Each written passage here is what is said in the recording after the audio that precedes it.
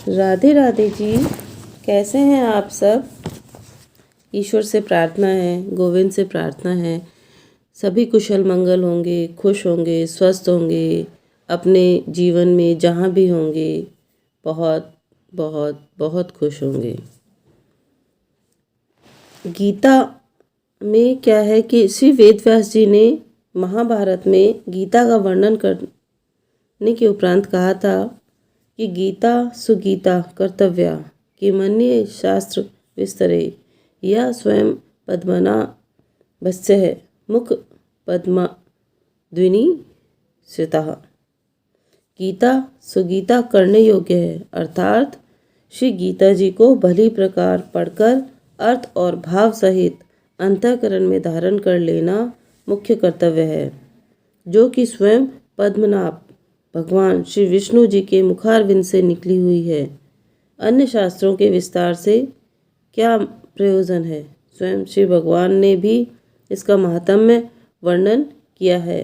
गीता शास्त्र में मनुष्य मात्र का अधिकार, चाहे वह किसी भी वर्ण आश्रम में स्थित हो, परंतु भगवान में श्रद्धालु और भक्ति युक्त अवश्य होना चाहिए, क्योंकि भगवान ने अपने भक्तों में ही इसका प्रचार करने के लिए आज्ञा दी है तथा यह भी कहा है कि स्त्री, वेश्य, शूद्र और पाप योनि में भी परायण होकर परम गति को प्राप्त होते हैं। अपने अपने स्वाभाविक कर्मों द्वारा मेरी पूजा करके मनुष्य परम सिद्धि को प्राप्त होते हैं।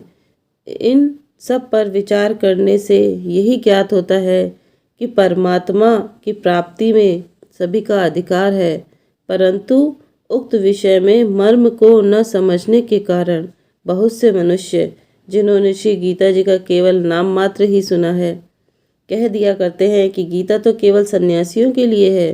वे अपने बालकों को भी इसी भय से गीता जी का अभ्यास नहीं कराते कि गीता के ज्ञान से कदाचित लड़का घर छोड़कर सन्यासी न हो जाए, किंतु उनको विचार करना चाहिए कि मोह के कारण क्षात्र धर्म से विमुख होकर भिक्षा के अन्न से निर्वाह करने के लिए तैयार हुए अर्जुन ने जिस परम रहस्य में गीता के उपदेश से आजीवन गृहस्थ में रहकर अपने कर्तव्य का पालन किया, उस गीता शास्त्र का उल्टा परिणाम किस प्रकार हो सकता है। अतएव कल्याण की इच्छा वाले मनुष्यों को उचित है कि मोह का त्याग कर अतिशय श्रद्धा भक्ति पूर्वक अपने बालकों को अर्थ और भाव सहित गीता जी का अध्ययन कराएं एवं स्वयं भी इसका पठन करें और मनन करें और भगवान की आज्ञा अनुसार साधन करने पर तत्पर हो जाएं, क्योंकि अति दुर्लभ मनुष्य शरीर को प्राप्त होकर अपने अमूल्य समय का एक क्षण भी दुख मूलक क्षण भोगों से भोगने में नष्ट करना उचित नहीं है। तो कल हमने गीता का 8वां अध्याय सुना था, जिसमें ब्रह्म, अध्यात्म और कर्म आदि के विषय में अर्जुन के 7 प्रश्न और उनके उत्तर सुने थे। भक्ति योग का विषय, शुक्ल और कृष्ण पक्ष का जो मार्ग है वो उसके विषय में हमने सुना था। तो आज हम गीता का 9वां अध्याय सुनेंगे, जिसमें भगवान का तिरस्कार करने वाले आसुरी प्रकृति वालों की निंदा और देवी प्रकृति वालों के भगवत जन का प्रकार बताया गया है। तो आइए सुनते हैं गीता का 9वां अध्याय, जिसका नाम है राज विद्या राज गुह योग, जिसमें 34 श्लोक हैं। तो आइए सुनते हैं। जय राधे जी। राधे राधे। श्री भगवान बोले, तुझ दोष दृष्टि रहित भक्त के लिए इस परम गोपनीय विज्ञान सहित ज्ञान को पुनः भली भांति कहूँगा, जिसको जानकर तो दुख रूप संसार से मुक्त हो जाएगा। यह विज्ञान सहित ज्ञान सब विद्याओं का राजा है, सब गोपनीयों का राजा है, अति पवित्र है, अति उत्तम है, प्रत्यक्ष फल वाला है, धर्म युक्त है, साधन करने में बड़ा सुगम और अविनाशी है। हे परम तप, इस उपयुक्त धर्म में श्रद्धा रहित पुरुष मुझको न प्राप्त होकर मृत्यु रूप संसार चक्रों में भ्रमण करते रहते हैं।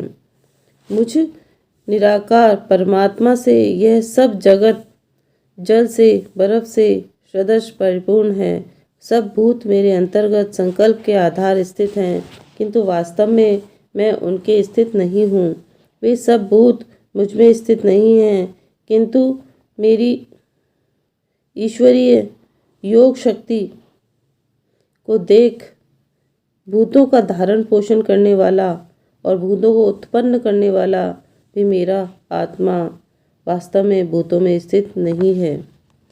जैसे आकाश से उत्पन्न सर्वत्र विचरने वाले महान वायु सदा आकाश में ही स्थित हैं, वैसे ही मेरे संकल्पों द्वारा उत्पन्न होने से संपूर्ण भूत मुझ में ही स्थित हैं, ऐसा जान। हे अर्जुन, कल्पों के अंत में सब भूत मेरी प्रकृति से को प्राप्त होते हैं, अर्थात प्रकृति में लीन होते ही, और कल्पों के आदि में उनको मैं फिर रचना चाहता हूँ। अपनी प्रकृति को अंगीकार करके स्वभाव के बल से परतंत्र हुए संपूर्ण भूत समुदाय को बार बार उनके कर्मों के अनुसार रचता हूँ। हे अर्जुन, उन कर्मों में आसक्ति रहित और उदासीन के सदृश, जिसके संपूर्ण कार्य कर्तव्य भाव के बिना अपने आप सत्ता मात्र से ही होते हैं, उसी का नाम उदासीन के सदृश होता है। मुझ में स्थित परमात्मा को कर्म में नहीं बांधते। हे अर्जुन, मुझ अधिष्ठाता के सकाश से प्रकृति चराचर सहित सर्व जगत को रचती है। इस हेतु यह संसार चक्र घूम रहा है। मेरे परम भाव को न जानने वाले मूढ़ लोग मनुष्यों का शरीर धारण करने वाले मुझ संपूर्ण भूतों के महान ईश्वर को तुच्छ समझते हैं, अर्थात अपनी योग माया से संसार के उद्धार के लिए मनुष्य रूप में विचरते हुए मुझ परमेश्वर को साधारण मनुष्य मानते हैं। वे व्यर्थ आशा, व्यर्थ कर्म, व्यर्थ ज्ञान वाले विक्षिप्त चित्त अज्ञानी जन राक्षसी, आसुरी और मोहिनी प्रकृति को ही धारण किए रहते हैं। परंतु हे कुंती पुत्र, क्षमा करना, परंतु हे कुंती पुत्र, देवी प्रकृति के आश्रित महात्मा जन मुझको सब भूतों का सनातन कारण और नाश रहित अक्षर स्वरूप जानकर अनन्य मन से युक्त होकर निरंतर भजते हैं। वे दृढ़ निश्चय वाले भक्तजन निरंतर मेरे नाम और गुणों का कीर्तन करते हुए तथा मेरी प्राप्ति के लिए यत्न करते हुए और मुझको बार बार प्रणाम करते हुए तथा सदा मेरे ध्यान में युक्त होकर अनन्य प्रेम से मेरी उपासना करते हैं। दूसरे ज्ञान योगी मुझ निर्गुण निराकार ब्रह्म का ज्ञान यज्ञ के द्वारा अभिन्न भाव से पूजन करते हैं, मेरी उपासना करते हैं, और दूसरे मनुष्य बहुत प्रकार से स्थित मुझ विराट स्वरूप परमेश्वर की पृथक भाव से उपासना करते हैं। किंतु मैं हूँ, यज्ञ मैं हूँ, स्वधा मैं हूँ, औषधि मैं हूँ, मंत्र मैं हूँ, घृत मैं हूँ, अग्नि मैं हूँ और हवन रूप क्रिया भी मैं ही हूँ। इस संपूर्ण जगत का धाता अर्थात धारण करने वाला एवं कर्मों के फल को देने वाला पिता, माता, पितामह, जानने योग्य पवित्र ओंकार तथा ऋग्वेद, सामवेद और यजुर्वेद भी मैं ही हूँ। प्राप्त होने योग्य परम धाम, भरण पोषण करने वाला, सबका स्वामी, शुभाशुभ का देखने वाला, सबका वास स्थान, शरण लेने योग्य, प्रत्युपकार न चाहकर हित करने वाला, सबकी उत्पत्ति, प्रलय का हेतु, स्थिति का आधार, निधान, प्रलय काल में संपूर्ण भूत सूक्ष्म रूप से जिसमें लय हो जाते हैं उसका नाम निधान है, और अविनाशी कारण भी मैं ही हूँ। मैं ही सूर्य रूप से तपता हूँ, वर्षा का आकर्षण करता हूँ और उसे बरसाता हूँ। हे अर्जुन, मैं ही अमृत और मृत्यु हूँ और सत असत भी मैं ही हूँ। तीनों वेदों में विधान किए हुए सकाम कर्मों को करने वाला, सोमरस को पीने वाला, पाप रहित पुरुष जो स्वर्ग आदि प्राप्त के प्रतिबंधक, देव ऋण रूप पाप से पवित्र होना हो, वो समझना चाहिए कि पाप रहित पुरुष मुझको यज्ञों के द्वारा पूजकर स्वर्ग की प्राप्ति चाहते हैं। वे पुरुष अपने पुण्य का फल रूप स्वर्ग लोक को प्राप्त होकर स्वर्ग में दिव्य देवताओं को भोगों को भोगते हैं। वे उस विशाल स्वर्ग लोक को भोग कर पुण्य क्षीण होने पर मृत्यु लोक को प्राप्त होते हैं। इस प्रकार स्वर्ग के साधन रूप तीनों वेदों में कहे हुए सकाम कर्म का आश्रय लेने वाले और भोगों को कमाने वाले पुरुष बार बार आवागमन को प्राप्त होते हैं, अर्थात पुण्य के प्रभाव से स्वर्ग में जाते हैं और पुण्य क्षीण होने पर मृत्यु लोक में आते हैं। जो अनन्य प्रेमी भक्तजन मुझ परमेश्वर को निरंतर चिंतन करते वे निष्काम भाव से भजते हैं, उस नित्य निरंतर मेरा चिंतन करने वाले पुरुषों का योगक्षेम मैं स्वयं प्राप्त करता हूँ। भगवत स्वरूप की प्राप्ति का नाम योग है और भगवत प्राप्ति के लिए निमित्त किए हुए साधन का रक्षा का नाम क्षेम है। हे अर्जुन, यद्यपि श्रद्धा से युक्त जो सकाम भक्त दूसरे देवताओं को पूजते हैं वे भी मुझको ही पूजते हैं, किंतु उनका वह पूजन अवधि पूर्वक अर्थात अज्ञान पूर्वक है, क्योंकि संपूर्ण यज्ञों का भोक्ता और स्वामी भी मैं ही हूँ, परंतु वे मुझ परमेश्वर को तत्व से नहीं जानते, इसी से गिरते हैं अर्थात पुनर्जन्म को प्राप्त होते हैं। देवताओं को पूजन करने वाले देवताओं को प्राप्त होते हैं, पितरों का पूजन करने वाले पितरों को प्राप्त होते हैं, भूतों का पूजन करने वाले भूतों को प्राप्त होते हैं और मेरा पूजन करने वाले भक्त मुझको ही प्राप्त होते हैं। इसलिए मेरे भक्तों का पुनर्जन्म नहीं होता। जो कोई भक्त मेरे लिए प्रेम से पत्र, पुष्प, फल, जल आदि अर्पण करता है, उस शुद्ध बुद्धि निष्काम प्रेमी भक्त का प्रेम पूर्वक अर्पण किया हुआ वह पत्र, पुष्प आदि में सगुण रूप से प्रकट होकर प्रीति सहित खाता हूँ। हे अर्जुन, तू जो कर्म करता है, जो खाता है, जो हवन करता है, जो दान देता है, जो तप करता है, वह सब मेरे अर्पण कर।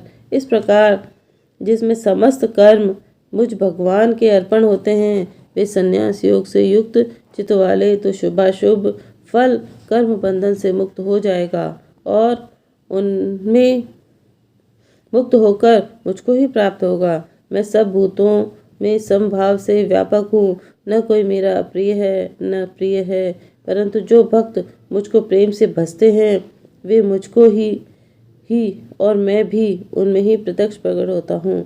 जैसे सूक्ष्म रूप में सब जगह व्यापक हुआ भी अग्नि साधनों द्वारा प्रकट करने के लिए प्रत्यक्ष होती है, वैसे ही सब जगह स्थित हुआ परमेश्वर भी भक्ति से भजने वाले के लिए अंतःकरण में प्रत्यक्ष रूप से प्रकट होता है। यदि कोई अतिशय दुराचारी भी अनन्य भाव से मेरा भक्त होकर मुझको भजता है तो वह साधु ही मानने योग्य है, क्योंकि वे यथार्थ निश्चय वाला है, अर्थात उसने भली भांति निश्चय कर लिया है कि परमेश्वर के भजने के समान अन्य कुछ भी नहीं है। वह शीघ्र ही धर्मात्मा हो जाता है और सदा रहने वाली परम शांति को प्राप्त होता है। हे अर्जुन, तो निश्चय पूर्वक सत्य जान, मेरा भक्त नष्ट नहीं होता। हे अर्जुन, स्त्री, वैश्य, शूद्र और पाप योनि, चांडाल आदि जो कोई भी हो वो भी मेरे शरण होकर परम गति को प्राप्त होते हैं। फिर इसमें कहना ही क्या, जो पुण्यशील ब्राह्मण, राजर्षि और भक्तजन मेरी शरण होकर परम गति को प्राप्त होते हैं, इसलिए तू सुख रहित और क्षणभंगुर इस मनुष्य के शरीर को प्राप्त होकर निरंतर मेरा ही भजन कर। मुझ में मन वाला हो, मेरा भक्त बन, मेरा पूजन करने वाला हो, मुझे प्रणाम कर। इस प्रकार आत्मा को मुझ में नियुक्त करके मेरे परायण होकर तो मुझको ही प्राप्त होगा। इस प्रकार ये हमारा नवा अध्याय, गीता का नवा अध्याय राज विद्या राजगुह योग नामक समाप्त होता है। तो आप रोज एक अध्याय सुनिए, आप सुनिए, अपने परिवार वालों को, अपने मित्रगणों को, अपने परिजनों को, जिनसे भी आपकी मित्रता है, जिन्हें भी आप जानते हैं, उन सबको सुनाइए। ये इसको लाइक कीजिए, शेयर कीजिए, सब्सक्राइब कीजिए और भक्ति फॉर ऑल जो चैनल है उसमें आपका हार्दिक स्वागत बार बार होता रहेगा। धन्यवाद। राधे राधे जी।